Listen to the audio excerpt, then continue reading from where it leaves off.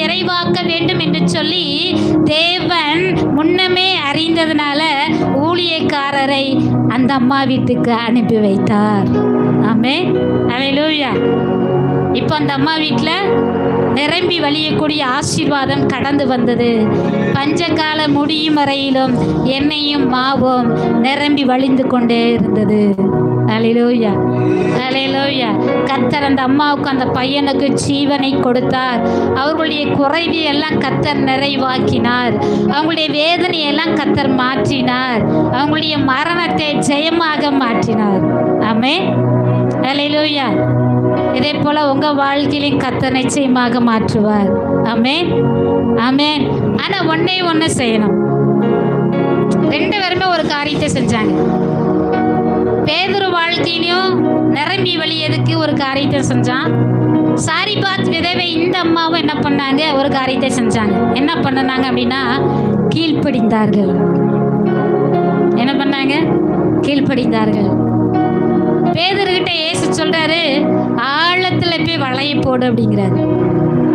இவன் சொல்லியிருக்கலாம், ஆமா நான் நைட்டு ஃபுல்லா என்ன பண்ணிட்டேன், வலையை போட்டுட்டு ஒரு மீன் கூட கிடைக்கலையா, இப்போ மறுபடியும் போய் வலையை போட சொல்றாரு. இவருக்கு வேற வேலை இல்லை அப்படின்னு அவர் என்ன செய்யல, சொல்லல. உடனே இயேசுவின் வார்த்தைக்கு கீழ்ப்படிந்தார்.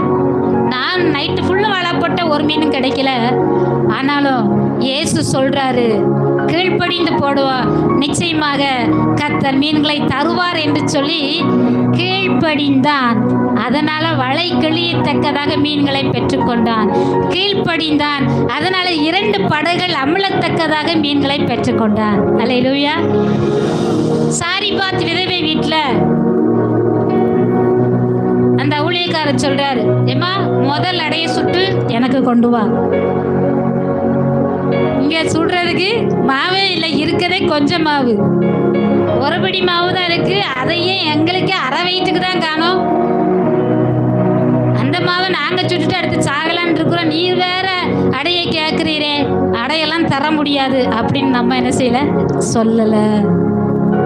ஒருபடி மாவு தான் இருக்கு, கொஞ்சம் என்னதான் இருக்கு, ஆனாலும் உங்க வார்த்தையின்படி நான் செய்யறேன் அப்படின்னு சொல்லி கர்த்தருடைய வார்த்தைக்கு கீழ்ப்படிந்து அந்த கொஞ்சம் மாவை கலக்கி முதல் அடையை கொண்டு வந்து ஊழியக்காரருக்கு கொடுத்தால் அந்த அம்மா மாவு பாத்திரம் நிரம்பி வழிஞ்சது.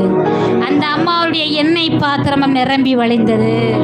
அல்லேலூயா, அல்லேலூயா. அப்போ கர்த்தர் உங்களை நிறைவாக்கும்படிக்கு, உங்களை சந்தோஷப்படுத்தும்படிக்கு சில காரியத்தை செய்ய சொல்லுவாரு.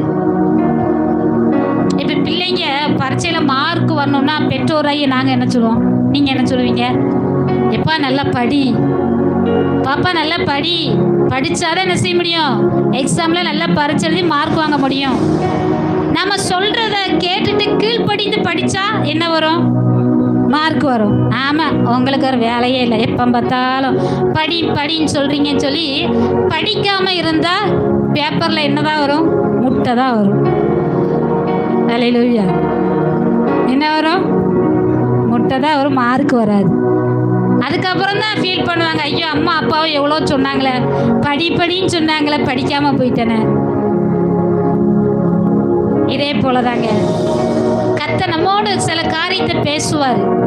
உங்க வாழ்க்கையில் இருக்கிற பிரச்சனையை மாற்றுவதற்கு ஒரு ஆலோசனை கொடுப்பாரு. உங்க தேவைகள் சந்திக்கப்படுவதற்கு ஒரு ஆலோசனை கொடுப்பாரு. அந்த ஆலோசனையை அப்படியே நீங்க கேட்கணும். கேட்டுட்டு அதை உங்க வாழ்க்கையில நீங்க செயல்படுத்தும் பொழுது உங்க வாழ்க்கையில் இருக்கிற பிரச்சனை காணாம போயிடும். உங்களுடைய கலக்கங்கள் காணாம போயிடும். உங்களுடைய துக்கங்கள் காணாம போயிடும். அல்லேலூயா, அல்லேலூயா. கர்த்தர் நம்முடைய சூழ்நிலைகளை அறிகிற தேவனாகவும் இருக்கிறார். நம்முடைய சூழ்நிலையை சந்தோஷமாய் மாற்றும்படிக்கு அவர் ஆயத்தமாகவும் இருக்கிறார். நாமும் கூட கர்த்தருடைய வார்த்தைக்கு கீழ்ப்படியும்படிக்கு நம்மை ஒப்பு கொடுக்க நாம் ஆயத்தமாக இருக்க வேண்டும். அப்படிங்க கீழ்ப்படிஞ்சு பாருங்க, நிச்சயமாக கர்த்தர் உங்க வாழ்க்கையில பெரிய காரியத்தை செய்வார். நீங்க ஆச்சரியப்படுற அளவுக்கு உங்க வாழ்க்கையில கர்த்தர் பெரிய காரியத்தை செய்வார். ஆமென், அல்லேலூயா, அல்லேலூயா. இப்ப சங்கீதம் 139 திருப்பிக் கொள்வோம். முதலாவதாக கர்த்தர் நம்முடைய சூழ்நிலையை அறிகிற தெய்வமாய் இருக்கிறார் என்று சொல்லி பார்த்தோம். கர்த்தருடைய ஆலோசனைக்கு நம்ம கீழ்ப்படியும் போது